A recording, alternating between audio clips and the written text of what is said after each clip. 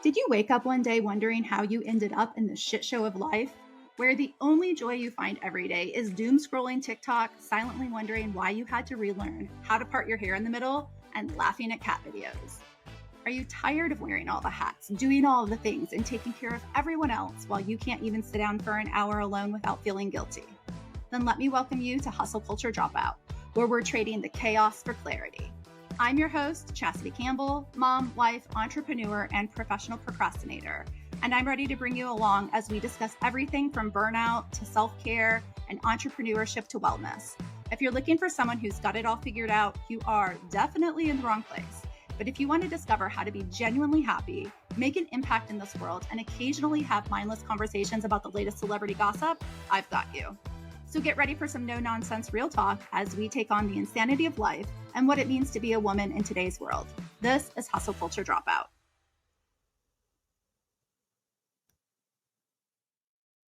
Hey everybody, welcome back to another episode of Hustle Culture Dropout. I'm your host, Chastity Campbell, and today we're going to dive into a story that is real and raw and relatable because that's your girl. But before we do that, I want to take a minute to tell everybody thank you who has been reaching out to me the last month, sending me DMs and emails and text messages, and all of you who've connected with me, letting me know how much you're loving the podcast. Obviously, you are definitely feeding my ego, but outside of making me feel like I am like the next Mel Robbins, hello goals, it really means that this podcast is going in the direction that I had hoped. I'm bringing people together and it's resonating with people, and that is pretty amazing. It's literally all I wanted. 18 months ago, when I started my journey into entrepreneurship, I did not think this would become a reality. So the fact that I'm sitting here every week with you guys and you're enjoying it is honestly the only thing I could have hoped for. So last week I spent a week in Scottsdale, Arizona, which for any of you who know me, understand that fall is my time. I'm a fall girly. I cannot wait for the temperatures to get cooler, and I want all things cozy and comfy, hence launching a candle business, right? But I decided that I would travel to the desert to spend a week with some of my biz besties, and we were going to hash out the rest of Q4 and then also work through what we wanted 2024 to look like. And you guys, there is some big freaking stuff coming. So it was super great to be able to work through that with women who just understand it and who push me and they listen to me and they offer me feedback and different ideas. And that was all possible because of the damn internet. So if you are sitting and you are listening to this podcast today and you have sort of this love-hate relationship with social media, I 100% get it. But what I have found that I was able to do in the last 18 months was really utilize social media and the internet to my benefit for what I feel like is its greatest purpose, which is bringing people together and connecting people. And so love it or hate it, it can be such an incredible tool when it is utilized to connect with other women. And that is the only way I was able to meet these other incredible ladies. I've spent 18 months building a business and they have been right alongside of me. Some of them newer, some of them from the beginning. And it has been such a great resource for me. And so just like we've talked about in other episodes here on Hustle Culture Dropout, make sure that you're taking the time to foster the relationships in your life. And if you do not have real life besties, find them. There are people out there. I am out there. I am on the other side of the screen, on the other side of this mic, but people are waiting to connect with you. People are waiting to build relationships with you. And just because you meet somebody via the internet or social media or some crazy thing like that doesn't mean that they can't become a stable and significant part of your life. And these relationships can become such an intricate part of your life that it just feeds your soul. And so reach out and invest in those communities and find out where these other people are who are sharing this season of life with you.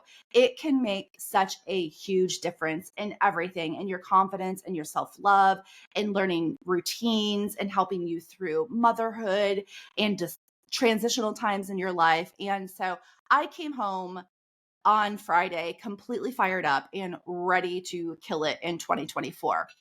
But while I was there in Arizona, I started to think about how far I've come. From launching my line of candles and Nora Blanc to sitting here and recording this podcast, and all of the monumental goals that I am about to work on in 2024. And it is fucking mind blowing.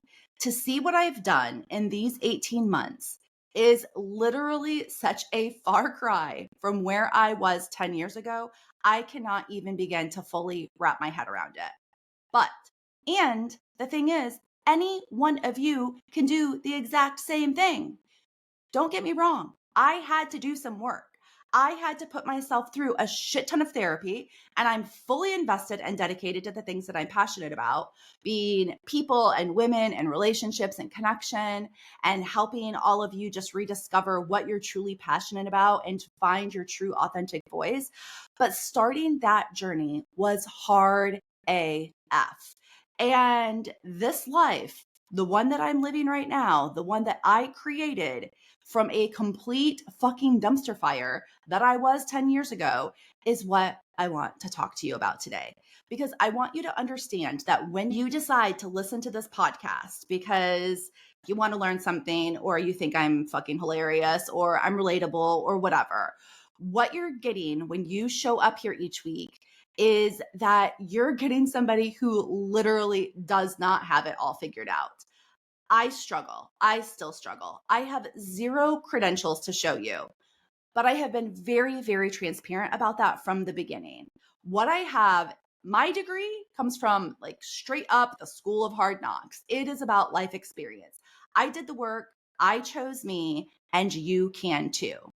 I've often shied away from sharing my story because sometimes it's just easier to ignore and gloss over, the parts of our past that have been hard or difficult or painful. You don't want to relive them. You don't want to like go down the path again. You don't want to open the wound again. But I have come to realize that my story is like so many of yours. I am not alone in this world. I am not alone in this journey. I am not alone in these struggles, and neither are you. And I think that the best way that I can serve you is to share the story with you. And my story is about transition.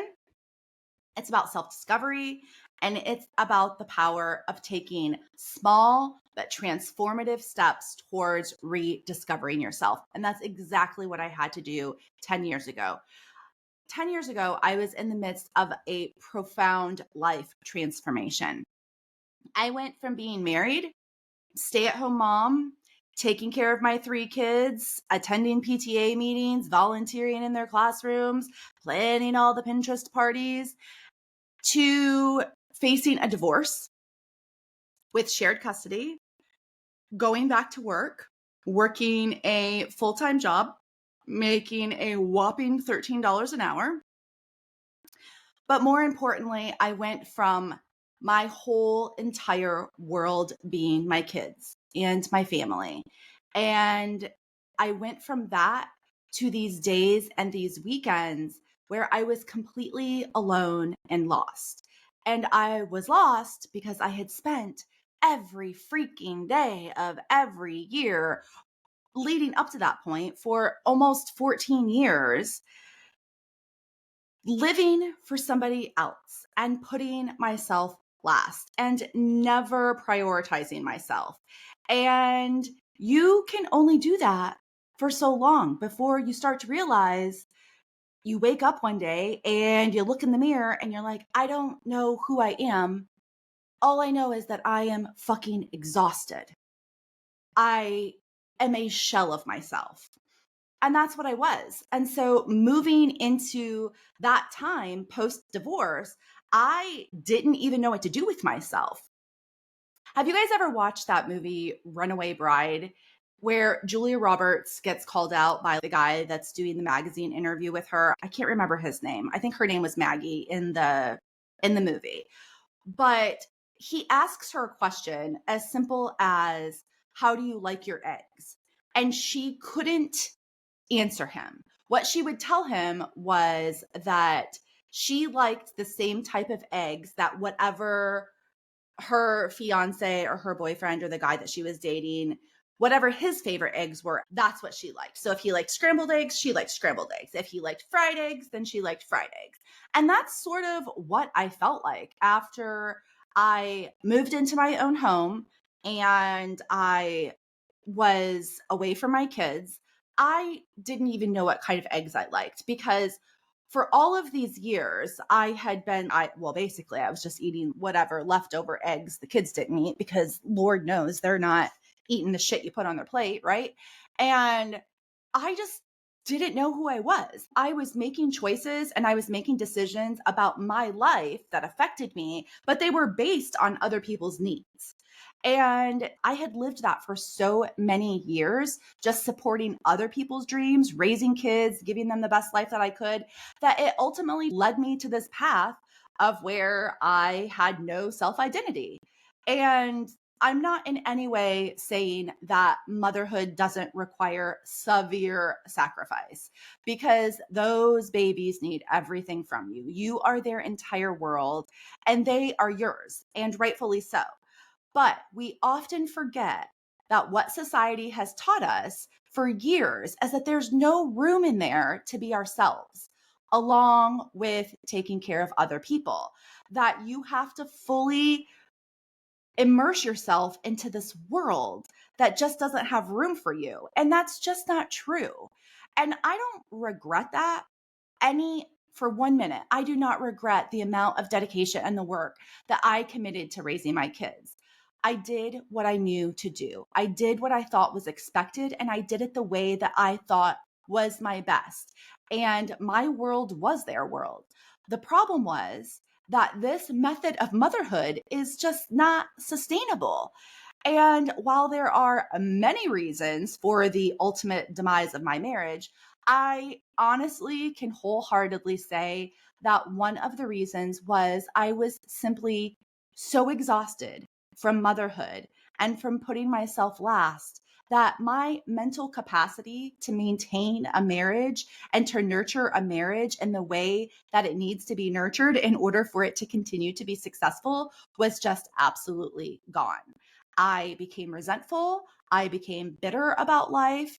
And it was because my entire identity was wrapped up in being a wife and a mom. I didn't allow any room for myself. I didn't think that I could during the moments when I would take time for myself, when I would try to spend time with my friends or exploring hobbies or just life outside of those roles that I had, I did it with so much fucking guilt that it was almost paralyzing. It was not even worth it because I would sit at a happy hour with my friends or at a dinner with my friends or at a birthday party for my friends completely feeling horrible that I had left my husband alone to manage these children that were his. And it was as if they were not going to survive without me. And maybe a lot of that is ego for us. Maybe it is that we just think that these people cannot survive without us because, yeah, our ego is attached to that identity. I don't know what it is, but guys, people can fucking survive without you. When I would finally take that time, I just felt like I was a shitty mom or a bad wife. And it sucked all of the joy out of anything that I tried to do to the point that I either wouldn't do it or I just got completely used to the idea that I was going to be completely consumed with thoughts of what my kids were doing or how they were just suffering massively without me, which, hello, they were not. They were living their best life, like not brushing their hair and eating cake for breakfast. And not only did I have this giant ego that my family just couldn't survive without me, I also felt like I had to say yes to everything. I felt like as long as I was saying yes, if I was making other people happy, then I was doing my job. And I mean, this is sort of like a double edged sword, right? Because when we do this, we get a shit ton of accolades for it, right? People look at you, they praise you for how much you take on, and they start to smother you with this false sense of admiration. And they start saying things to you like, how can you do it all? And then I would start to feel like, yeah, how can I do it all? Like, I'm so amazing. And it just fed that ego even more, right? Like, I am this like badass super mom. And I was thinking to myself, yeah, I do it, but I do it with a tremendous amount of guilt. I do it with resentment. And I felt horrible that I wanted more than that. So when I found myself in those early days post divorce, I was a literal fucking shit show. I will be honest. I was completely neglecting myself during this time. I was avoiding my feelings. I was overextending my time and my energy commitments just like I had done when I was married. But this time I was doing it because I didn't know how to just sit down and not do anything and pause and reflect and take time for myself. But I was also doing it to keep me occupied so I didn't have to sit alone. Because when I sat alone, that was going to force me to face the fact that I didn't know who the fuck I was. And I didn't know what I wanted out of life. I didn't know how I was going to get it. And every minute was occupied by something or someone other than myself. And I was also still super active in my kids' lives and in their activities. This was during a time of their lives when they were all in on the school activities and the extracurriculars. And so because I was fortunate enough to have a very, very good working co-parenting relationship with my ex-husband, we both were very active still in attending all of these events that our kids would do. And so I was busy with all of that. Even if they weren't with me, I was still busy with that. But any free time I had outside of the kids, I filled it with something. And I primarily filled that with activities and with friendships and these relationships that did not serve me. And they were toxic. And I kept saying yes to everyone and everything. I had zero boundaries. And I then continued to be exhausted and resentful. And I had lost sight of everything that made me happy. I didn't want to sit in this house. That wasn't my home. It was a rental home. So I felt like I couldn't make it mine. Guys, this was like back like 10 years ago when they didn't have these like fancy little like peel and stick subway tiles that you can like make your little rental space look super cute. I couldn't do that. And so I went from having this wonderful, beautiful home where I invited in friends and we entertained and we did all of these great things in this space to this empty space that was completely quiet and void of any happiness at all in this little home that I had. And I just became so unhappy and so unhealthy. And I was not caring for myself in any capacity. And it just became a very, very toxic lifestyle. And I was in this cycle of complete self destruction. And I don't really recall when it was, but somewhere along the way, I knew that I had to figure something out. And so my kids were basically the only happiness I had at this time. But even then, it was so hard for me to be fully present because I was just living in this misery, knowing that they were going to leave again and I was going to have to be alone again. And then this continued cycle of unhealthy habits and toxic relationships were just going to consume me again. And at the core of this transitional turmoil in my life was the beginning of me learning to choose myself and the realization that I had control over my feelings, control over my actions, and control over my path in life. I was in charge of my happiness and my success. And no, this transformation did not happen overnight. It took a lot of fucking time and I was in therapy. And so it wasn't like I just woke up and had this aha moment where I like lifted myself from the ashes. No, I definitely had help. I definitely was still confiding in people in my life who were important to me, who understood me, who helped me through this time. So if you're sitting and you're listening and you're thinking to yourself, I don't have it all figured out, get ready, people, because I am going to give you the most cliche line ever. All of the change and all of the transformation started with one little decision. Okay. It started with one little baby step.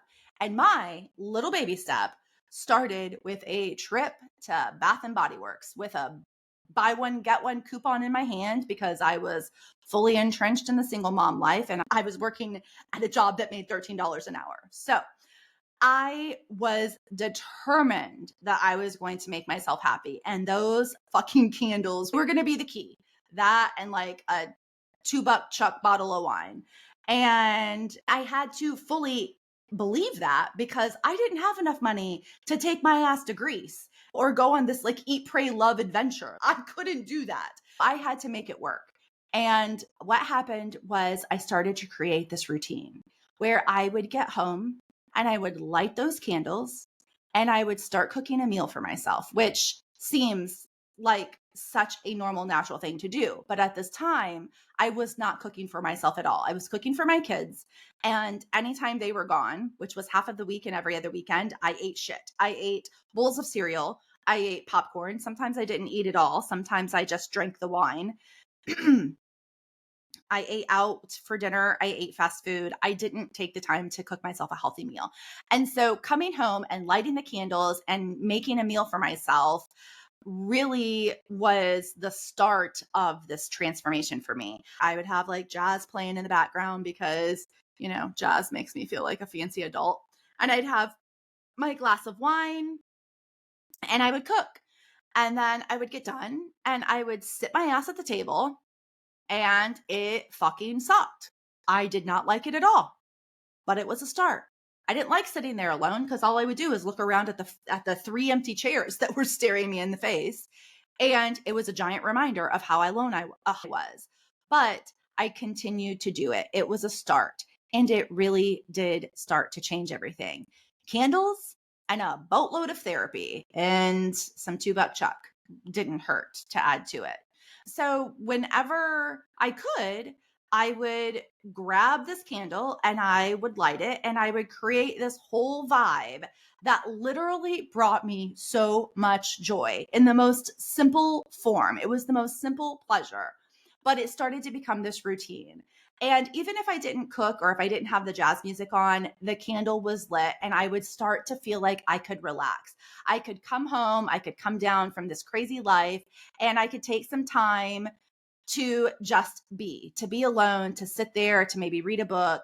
And life just started to feel more tolerable. It started to feel like I could maybe find a little light at the end of the tunnel. I could maybe feel a little bit more like myself, and I loved it. And so that little step into Bath and Body Works led me to start prioritizing myself and my happiness and my needs. Maybe I would read the book. Maybe I would journal. Maybe I would just sit there and sort of reflect on what went wrong in my marriage and what I needed to do to fix it. And again, you guys, this was not overnight, but it led me back to me.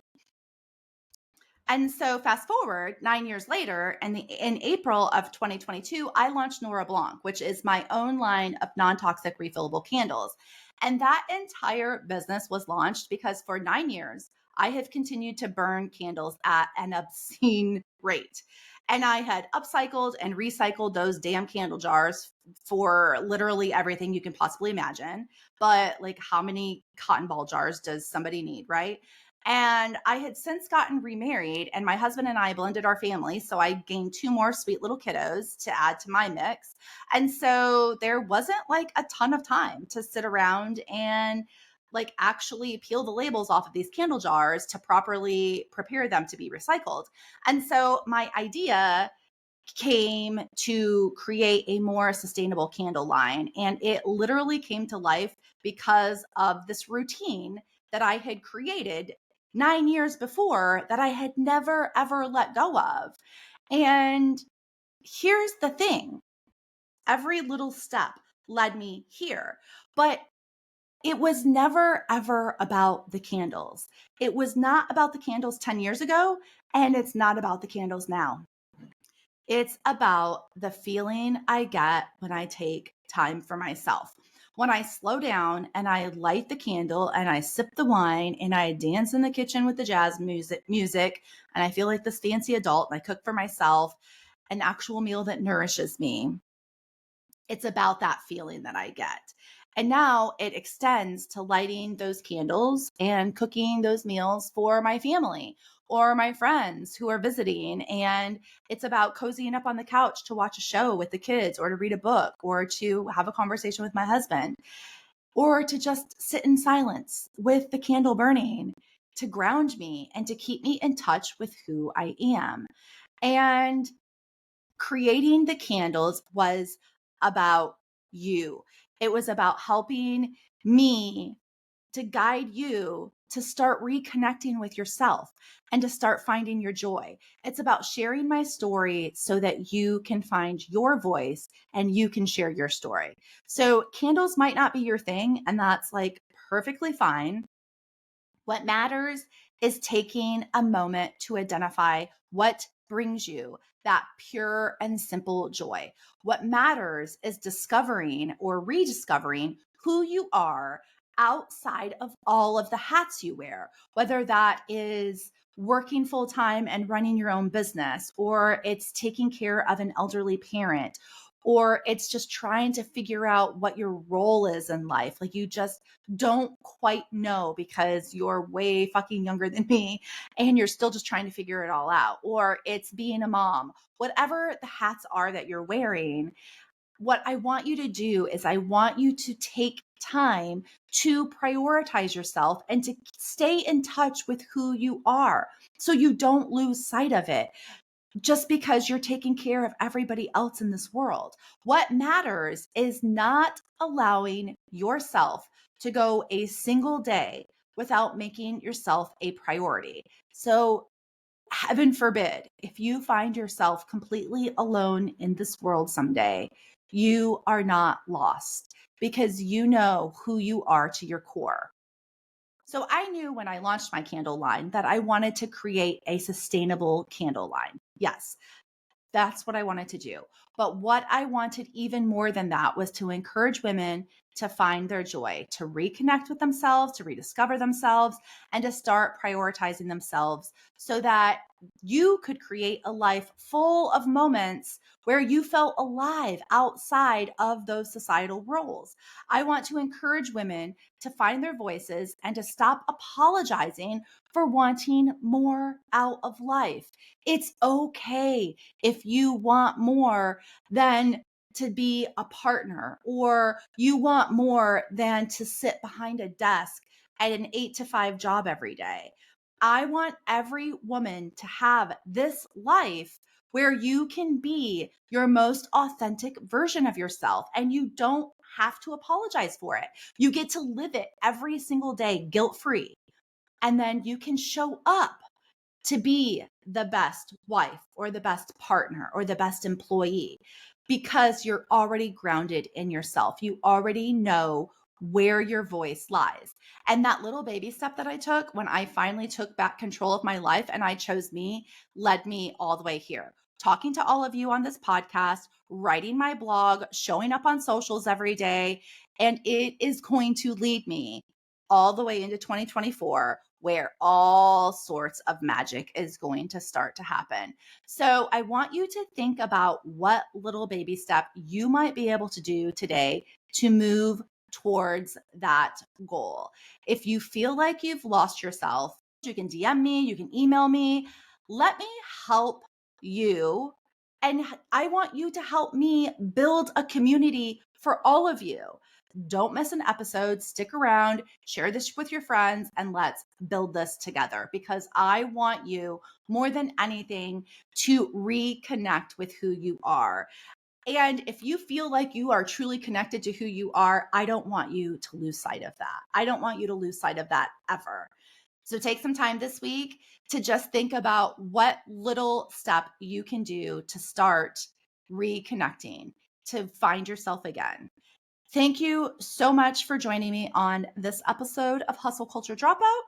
Until next week, thank you all so much for being here. Make sure that you reach out, you subscribe to the podcast, you shoot me a DM, and let's just connect this week. And I hope you guys have a great week.